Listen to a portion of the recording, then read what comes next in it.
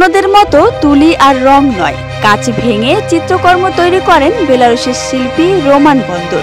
এক হাতে হাতুড়ি আর অন্য হাতে বাটাল নিয়ে কাচের ক্যানভাসে তিনি ফুটিয়ে তোলেন নানাবিধ মুখাকৃতি। সাদা কালো এসব মুখ দেখলে বোঝার উপায় নেই এগুলো তুলির আঁচড় নয়, বরং কাচের টুকরো আর শিল্পীর নিখুঁত দৃষ্টির ফসল।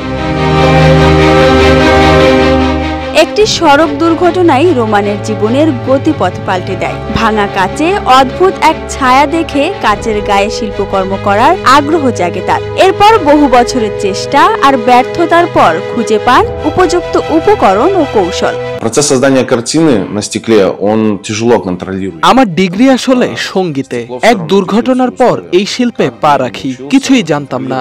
একদিন গাড়ির দুর্ঘটনার পর ভাঙা উইন্ডশিল্ডে এক ছায়া দেখেছিলাম, ঠিক যেমন মানুষ মেঘে মুখ দেখে। তখন থেকেই শুরু। এই শিল্প শেখার কোনো স্কুল নেই, তাই নিজেই শিখেছি ভুল থেকে। প্রায় 2 বছর লেগেছিল পুরোপুরি আয়ত্তে আনতে। অনেক কাজ নষ্ট করেছি, কিন্তু শেষমেশ সফল হয়েছি।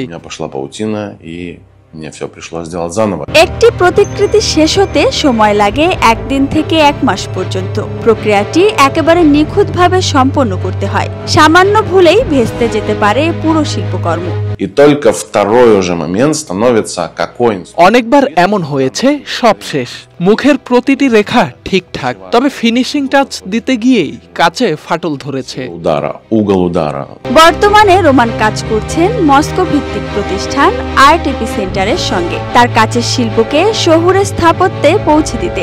দোকানের জানালা, দরজা কিংবা সিঁড়ির দেয়াল সবখানেই জায়গা করে নিচ্ছে তার সৃষ্টিগুলো। এর পাশাপাশি তিনি কাজ করছেন psychological portraits of the future নামে এক সামাজিক প্রকল্পে, যা মানুষ ও সমাজের মানসিক সংকট, একাকিত্ব ও পরিবর্তনশীল পরিচয়কে তুলে ধরছে কাচের প্রতিচ্ছবিতে।